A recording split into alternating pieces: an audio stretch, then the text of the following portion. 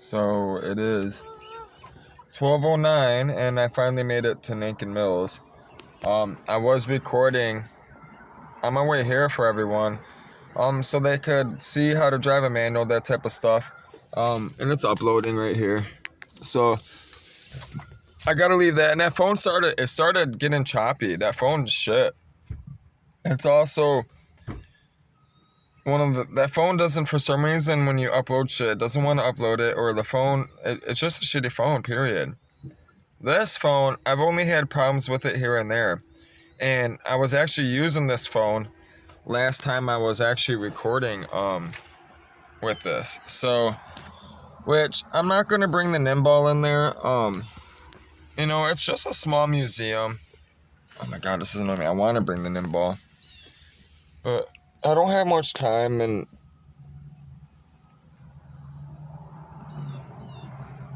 it fucks me up. It's fucking me up.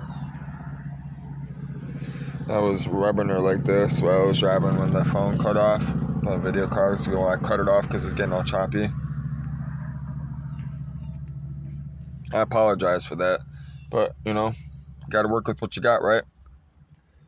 I've been loving on her. She's been getting spoiled, even though I'm the one that hurt her. It sucks.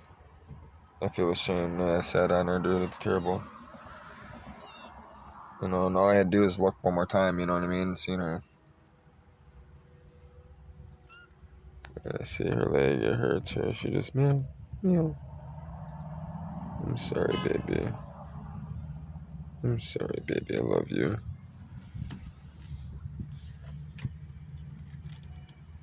It looks like somebody's fighting or birds.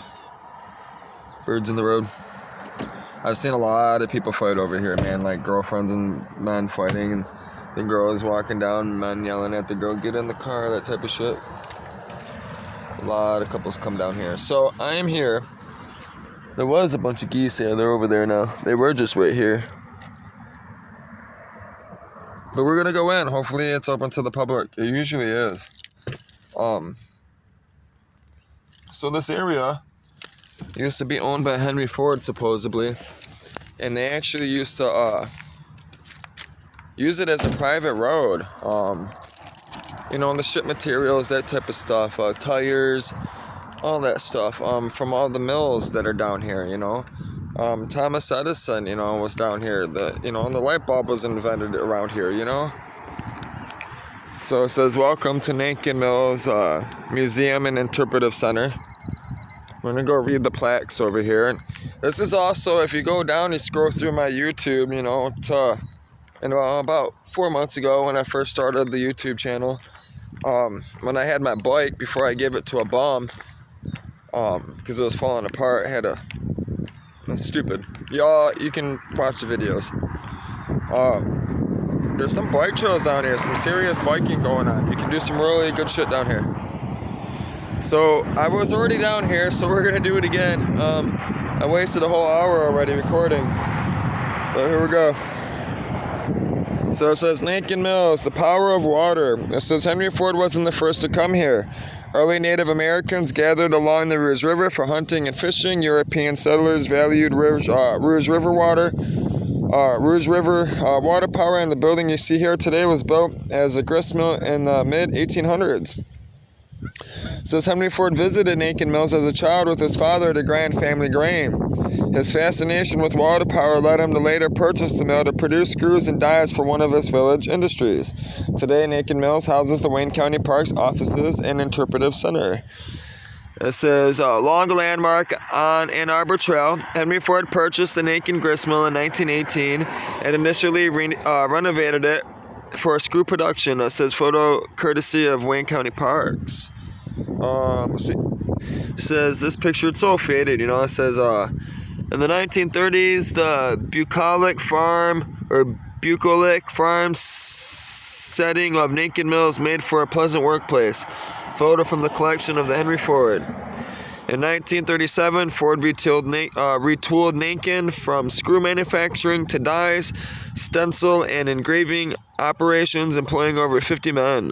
Photo courtesy of the same place, which you can barely kind of see, but you can see each guy sitting on the benches inside that building in there. That's the grist mill, the power mill, the water power mill.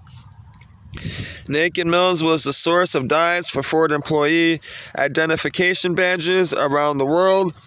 Patterns for dyes could be copied with the Dietrich pantograph shown above on a scale of 1/350th of the master. So 1/350th of the master, which it shows the guy sitting down, barely photoed, faded. It says Thomas Edison helped Henry Ford install the hydroelectric generator seen inside the glass powerhouse. Fred Voss, powerhouse operator in the 1946 photo above, adjusts the rate of water flow to the turbine. Photo courtesy of Wayne County Parks. So the turbine, which is over there, you can't see it from inside. You can't go in there from the inside, but you can see it from the outside. I'll push the camera up to the glass, which I actually deleted. I deleted all the videos and stuff to make sure I had enough storage space and all that stuff, so the video wouldn't run out or cut out. I mean, I'm gonna go over to this place. So this place is it's pretty long, and it's a natural water runoff. It's a valley, and I've mentioned before, like the other place by my house, my old house, all the water coming off the roofs, they're coming off really, really fast, and it's creating erosion, that type of thing. So this explains all of it, right? It says, what is happening to the Rouge River? And you have to imagine this is happening all around the world. So put that in perspective, right? It says, imagine yourself standing on the Rouge River bank 200 years ago. You would see sparkling water, fish jumping, ducks, birds, frogs, and other woodland creatures. How has the river changed? In one word, erosion. And they're speaking of all of this, all of this place, right? It says various methods are being used to stabilize severely eroded areas of the river. Look for these methods as you travel along the Hines Park pathway. All methods involve offshore treatment, use of plants to control erosion and improve natural habitat, which this is the type of things I'll be documenting, recording as I travel as well, right? Because it's important. Land uses within the Rouge River watershed have greatly changed over the last 100 years. Houses, stores, and factories having large roof areas have replaced meadows and woodlands. Paved roads and parking now cover the land for millions of automobiles. To eliminate flooding that could result from these hard surfaces, stormwater was directed into ditches and below-grade sewer pipe. Rain now has less chance of soaking into the ground and quickly moves to the river. The river no longer meanders the slow natural way it once did, and frequent flashes of heavy flow cause bank erosion to occur much faster. How can this problem be fixed? New trends in managing stormwater are providing opportunities for rainfall to soak into the ground wherever possible, creating a healthier ecosystem and a better place for our families to live, work, and play.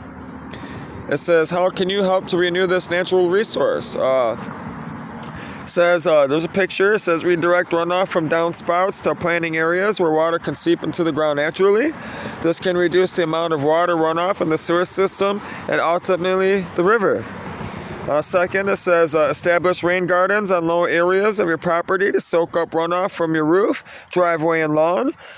Plant rain gardens with wildflowers and native plants to help rainwater slowly filter down into the ground. Rain gardens improve wildlife habitat by providing seed and shelter for birds, butterflies, and insects. 3, it says treat water on your property as a resource, not a waste. Do you have a rain barrel? If not, get one. Just like asshole fucking Bill, how I said, his house has those barrels, his sister put them up. It was smart. Same thing. It says collect and store rainwater to reduce runoff to the river. It says use the water for your houseplants and landscape. Using rainwater in your shampoo leaves your hair soft and shiny. 4, it says eliminate paved surfaces where not needed. Use gravel or wood chips whenever possible to slow runoff as it moves over the land and sinks into the ground. This will lessen the amount of water going to the river. There's pictures of the water and what's, the roots and stuff. 5, it says replace turf grass with taller growing, deeply rooted plants where possible. Deeper roots allow more water to sink in. Large plants use more water and release it back into the air. And then it has a map of where we are, Nankin Mills, which is that's Nankin Mills right there, which is that yellow dot. And then here's, there's the actual Detroit River where I take you guys all the time and all the videos, where I've been biking and all that other stuff, where we drive downtown. We're that far away from it, and it goes all the way up here. And I brought Mago, if you go over here, you can go canoeing. There's a lot of nice stuff over here, canoeing stuff. South Lyon Township, Commerce Township, Milford Township. It's nice out that way. You can actually swim in the water. It's clean. Down here, where it's more city, it's polluted, right? So we'll continue reading, right? Oh, let's see. It says Rouge River Watershed. This map tells you where you are now and where to find other wildflower grow zones. So each red dot is each grow zone that they say that they have been working on. So 1, 2, 3. This is the third one, coming from the city out to the boondocks, the countryside, woodland, nothing. 1, 2, 3, 4, 5, 6, 7, 8, 9, 10, 11, 12. 12 of them. 12 projects, 12 disciples. Prairie grass and wildflowers growing here provide more than a pretty view. They filter in slow runoff heading towards the Rouge River, improving water quality. It says Kentucky bluegrass roots grow no more than 3 inches deep. There's an actual ruler and stuff, shows you how much. 3 inches, not very far.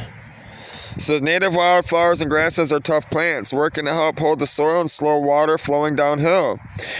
Their water-seeking roots penetrate far down and make the soil more like a sponge, ready to soak up rainfall by breaking up hard clouds of clay. Robust and deeply penetrating root masses of native plants bind the soil, reduce erosion, increase fertility, and actually return nutrients to the soil. About 1/3 of the roots decompose and are replaced every year. It says Kentucky bluegrass is native to Europe, Northern Asia, Algeria, and Morocco. Depending on watering during dry Michigan summers to keep green, Kentucky bluegrass also receives frequent mowing, fertilizing, and herbicide treatment. A neat lawn needs extra help to keep up appearances. It don't need all that extra stuff, to be honest with you. It really don't. It does, I guess, in a sense, because of the pollution and everything, the environment's so harsh on a lot of these plants and diseases, that's why they genetically alter a lot of this stuff, like corn and whatnot. But, people overdo it. That's what I'm trying to say. They go beyond than what they really need to go. It says native grass roots can dig 5 to 10 feet down, far below the topsoil layer to reach the moisture and nutrients stored there. It says this showcase of diverse native plants survives with little human intervention and provides habitat for butterflies, birds, and insects in changing palette of colors all year round. And then there's all the different plants and how far the roots grow. The first one's Kentucky bluegrass. That's this one. The second one is lead plant, which goes all the way down 10 inches. This third one is Missouri goldenrod, Indian grass, compass plant, porcupine grass, heath aster, prairie cordgrass, big blue stem, pale purple coneflower, prairie drop seed, side oats grandma, Foss, boneset, switchgrass, white wild indigo, little blue stem, rosinweed, purple prairie clover, June grass, cylindric blazing star, and then buchloe grass or buchlo. But it shows you all the actual Latin names as well. Amorpha canensis, I hate all those stuff. Sorghostrum nutans, Siliphium Lacinatad, I can't even say that shit. Stipa, Spartia, Aster, Erosiids, Spartina, Pectinata. I'm sure so many people that speak Latin are gonna make fun of me. Alright, it says storm runoff from hard surfaces like roads and rooftops flow downhill over lawn grass with little infiltration. A streamside planting of native trees, shrubs, and perennials can work to slow and filter runoff water, reducing its volume and removing pollutants that would have reached the natural waterway. With a reduction in speed and volume of storm runoff, bank erosion is also lessened, resulting in clearer water in the channel. You got all your groundwater, lawn runoff, rainfall, whatnot. There's the actual seal of the Charter County of Wayne, Michigan, 1796, freedom of man. In God we trust. And then it shows the European meeting the Native Americans. So we'll go see if we can get inside to this place. So when you go in there, it's really neat. They show you like the animals and whatnot that are around here, and the animals that have been around here that are extinct now. All those things. Basically the same type of thing that we have just read. So, which the reason why I also want to bring you down here, right? Which I mentioned before. During the winter, which is going to be really soon, they're going to actually start putting up all these Christmas lights. You'll see all these Christmas lights all around here, and they're big, they're huge, and you can pay at night. They got these little boxes. You start at Merriman Road all the way down to Telegraph, where it ends usually, heading east where it ends, because it goes farther, but they don't do the whole Hines Drive. They just do a section of it, and it's like $10 or $20, $15 or something like that. I haven't been in a long time actually, but my family used to bring me down as a kid. It was one of my favorite things growing up, and you'd see all the Christmas lights, Santa Claus, all that stuff. The kids love it when they're young, and you take them in the car, and you just see, it's beautiful. Everywhere you go, it's just lit up, like it's like a fairy tale, and you feel like you're in the fairyland, It's like dream type stuff when you're a kid. And I love it. These are all the trails that they're building, which the good trails that they're building are down there. The ones where you see me actually catching fucking flight, 10-foot gaps, doing at least 40 miles an hour. They're completing the trail. They haven't finished. They're redoing everything. They're actually putting up signs like you can see down there, and they're making nice stuff. It's a nice listen. They're putting a lot of money into the infrastructure for actual bike riding, and they got all those rocks. If you go, all those jumps, rocks, bike trails. They got skate park over here. They got you can ride your bike on the side right here. All the people ride their bikes. All their, like all the people that do all the marathons and stuff, where all the speedos, the weird people, like the spandex people. I couldn't personally wear that stuff. It's not me. But they have all that stuff here, man. People can barbecue here. This is like the best place to come enjoy and get nature within the Metro Detroit area. To me, other than like Belle Isle and a few other places, on the west side, this is the best place. And I like it here too because it has a lot of, history with Henry Ford. So this is Motor City Automobile National Heritage Area, Lincoln Mills Interpretive Center. I love this place. Hello. Hi, do you know where the nearest restaurant is? You know what? There's going to be right up on the hill. It should still be open. Right there. Right up on the hill there. Okay. It should still be open because they close them in fall usually. Oh. Okay. There might be one in here if it's closed. It's open at 1 o'clock. At 1 o'clock? Yeah. So we got to wait. Yeah. What time is it? Do you know? What, here? No, what time is it? Oh, let's see. 12:28. Okay. So you got to wait a half hour if you want to use this one. Okay. No problem. So we gotta wait a half an hour. It opens 1 o'clock to 4 p.m. So we wait.